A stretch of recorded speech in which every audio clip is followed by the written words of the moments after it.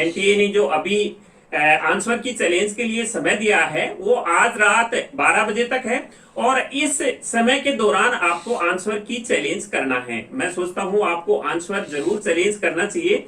तो कौन कौन से क्वेश्चन के आंसर चैलेंज करना चाहिए और उसके लिए जो फाइल अपलोड करनी है आंसर जस्टिफिकेशन के लिए, उस फाइल में क्या लिखना है, किस प्रकार से आप आंसर चैलेंज करेंगे, तो उस चैलेंज के लिए जस्टिफिकेशन हर क्वेश्चन के लिए क्या लिखना है, इस वीडियो में मैं आपको ये बताने जा रहा हूं। तो इस वीडियो को आप लास्ट तक देखिए। वीडियो अगर आपको पसंद आता है तो इसको लाइक करें, चैनल को सब्सक्राइब जरूर करें। हो सकता है हमारी एक इंफॉर्मेशन आपके लिए काफी लाभदायक साबित हो जाए। तो इस वीडियो को ज्यादा से ज्यादा लाइक व शेयर भी करें। अब वीडियो शुरू करने से पहले आपको बता दूं कि अगर आप काउंसलिंग के बारे में जानकारी लेना चाहते हैं तो इसके बारे में मैंने बुक लिखी है। आप हमारे इस वीडियो के डिस्क्रिप्शन बॉक्स से या फिर हमारी वेबसाइट www.chopraeducation.in से भी डाउनलोड कर सकते हैं। जैसे ही आप डाउनलोड करेंगे हम आपसे संपर्क करेंगे, आप हमारी पेड सर्विस भी ले सकते हैं। इसमें मैंने सीट मैट्रिक्स फीस 2022 के लिए आपको कैसे चॉइस फिल करनी है उसके बारे में जानकारी दी है। सर्विस बाउंड डॉक्यूमेंट्स और हर एक स्टेट का काउंसलिंग प्रोसीजर क्या है उसके बारे में जानकारी दी है। ये all India quota, state, Ayush, veterinary, MBBS, BDS सभी के लिए ये बुक अवेलेबल है। तो आपके लिए ये काफी लाभदायक रहेगी। अब हम बात करेंगे आपको कौन कौन से क्वेश्चन इसमें चैलेंज करना चाहिए। तो सबसे पहले मैं आपको बताऊं कि जो चैलेंज करने के लिए क्वेश्चन है वो आपको फिजिक्स का ये क्वेश्चन तो चैलेंज करना चाहिए। एनटीए ने इसका आंसर 3/2 वोल्ट दे रखा है।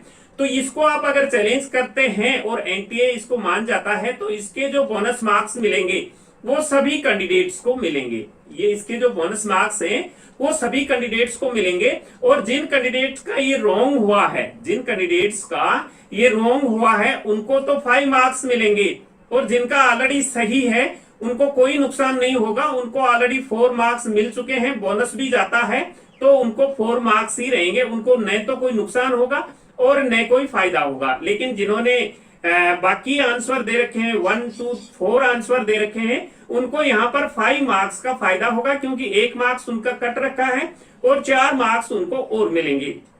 तो ये उनको करना चाहिए, ये आप लोगों को करना चाहिए, चैलेंज करना चाहिए इस क्वेश्चन को। नेक्स्ट क्वेश्चन है वो बॉटनी का क्वेश्चन है और इसमें जो दिया गया है, इसमें जो ऑप्शन दिए गए हैं कोई भी ऑप्शन इसमें करेक्ट नहीं है। तो हम इसको मानते हैं कि ये क्वेश्चन गलत है, ये क्वेश्चन भी बोनस जाना चाहिए। तो इस क्वेश्चन में भी अगर ये बोनस जाता है क्वेश्चन तो सभी कैंडिडेट्स को ये मार्क्स मिलेंगे। इसमें सभी को 4 मार्क्स मिलेंगे, चाहे किसी ने अटेंड किया हो या नहीं किया हो। बोनस में जो सेक्शन ए में क्वेश्चन होते हैं उनके सभी को कैंडिडेट्स को मार्क्स मिलते हैं। जो सेक्शन बी में होता है जिसने अटेंड किया है उसी को मार्क्स मिलते हैं इसमें। तो इसमें जिन कैंडिडेट्स ने जिनका 1 मार्क्स माइनस जा रखा है, पहले माइनस नेगेटिव हो रखा है, उनको यहाँ 5 मार्क्स का फायदा होगा अगर एनटीए इसको बोनस देता है। और जिनका पहले से सही है उनको कोई नुकसान नहीं होगा, उनको 4 मार्क्स ऑलरेडी मिल रखे थे और 4 मार्क्स अभी भी मिलेंगे बोनस होने से भी, तो उनको तो कोई नुकसान नहीं है। लेकिन जिनका गलत हो रखा है और उनका -1 इस क्वेश्चन में कट गया है और एनटीए बोनस करता है तो उनको 5 मार्क्स का यहाँ फायदा होगा।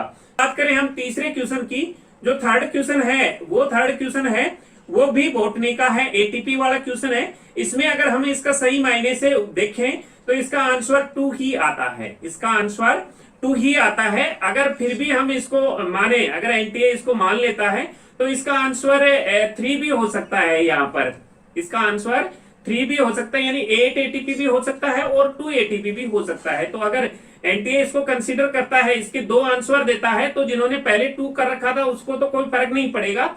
लेकिन जिन्होंने पहले 8 कर रखा है उनको भी यहाँ 4 मार्क्स मिल जाएंगे, उनको भी यहाँ पर 4 मार्क्स मिल जाएंगे। तो आप इसको भी चैलेंज कर सकते हैं।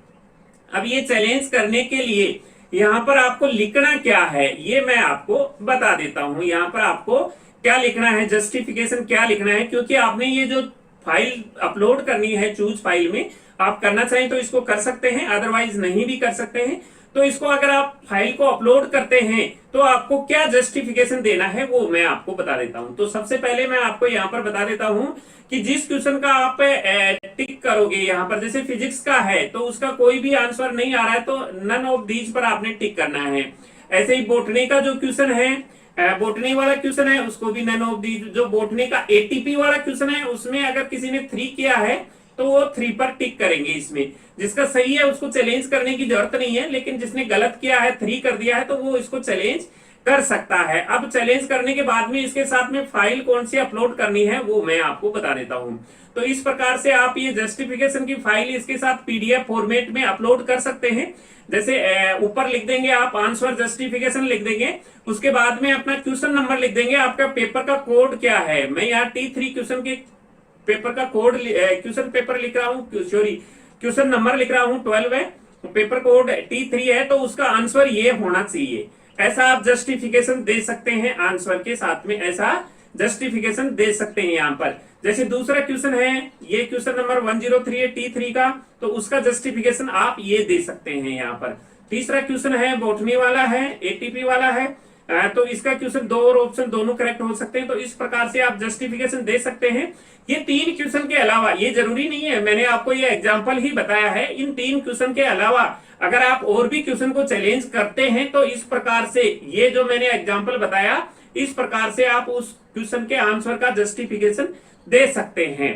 तो आपको ये चैलेंज करना ही चाहिए, क्योंकि हो सकता है अगर एनटीए इसको मान लेता है तो आपको काफी फायदा होगा, और ज्यादा संख्या के अंदर अगर ये चैलेंज जाएंगे तो एनटीए हो सकता है इनको स्वीकार कर ले। अब इसके लिए इलिजिबल कौन कौन से कैंडिडेट्स हैं, तो इलिजिबल के लिए मैं आपको बता दूं कि अगर एनटीए किसी क्वेश्चन का बोनस मार्क्स देता है, अगर किसी क्वेश्चन का बोनस देता है, किसी क्वेश्चन को बोनस करता है, तो उसके 4 मार्क्स सभी कैंडिडेट्स को मिलेंगे। उसके 4 मार्क्स सभी कैंडिडेट्स को मिलेंगे, चाहे किसी ने इसको अटेंड किया है या नहीं किया है, चाहे किसी ने इसको चैलेंज किया है या नहीं किया है, ये बोनस मार्क्स सभी को मिलेंगे। क्योंकि ये जो फाइनल आंसर की जारी होगी, रिवाइज्ड आंसर की जारी होगी, उसके अंदर इस क्वेश्चन को बोनस दिखाया जाएगा और बोनस मार्क्स सभी को मिलेंगे। दूसरी बात, जो केमिस्ट्री का सेक्शन बी का है, ये सेक्शन ए के क्वेश्चन है, इसलिए मैं सभी को बता रहा हूं बोनस मिलेंगे। जो केमिस्ट्री का सेक्शन बी का क्वेश्चन है वो जिसने अटेंड किया है उसी को बोनस मिलेगा, बाकी को नहीं मिलेगा। जिसने अटेंड किया है उसी को बोनस मिलेगा। तो इस प्रकार से ये बोनस मार्क्स सभी को मिलेंगे।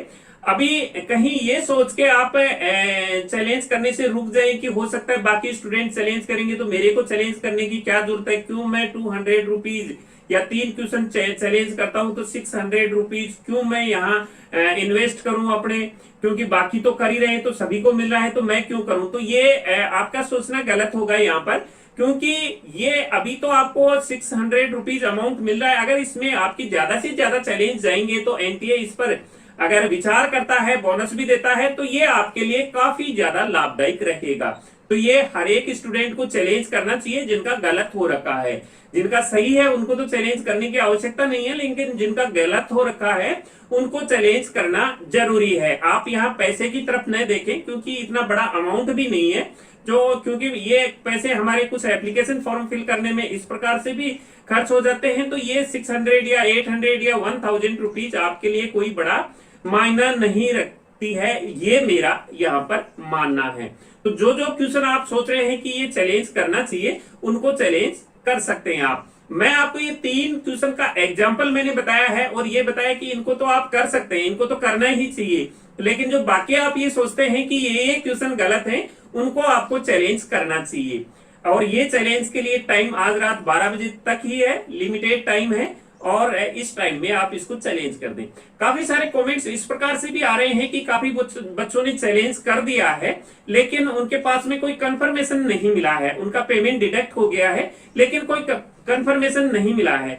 तो इनको जरा भी टेंशन लेने की आवश्यकता नहीं है, वो अपडेट हो जाएगा। उनको दोबारा पेमेंट करने की जरूरत नहीं है, यहाँ पर दोबारा पेमेंट वो नहीं करें, यहाँ पर वो कंसीडर कर लिया जाएगा। आप दोबारा से एक बार लॉगिन करके देख लें, अगर कंसीडर हो गया है तो ठीक है, आपका पेमेंट कट गया है तो ठीक है, अदरवाइज आपको दोबारा से करने की आवश्यकता नहीं है इसमें।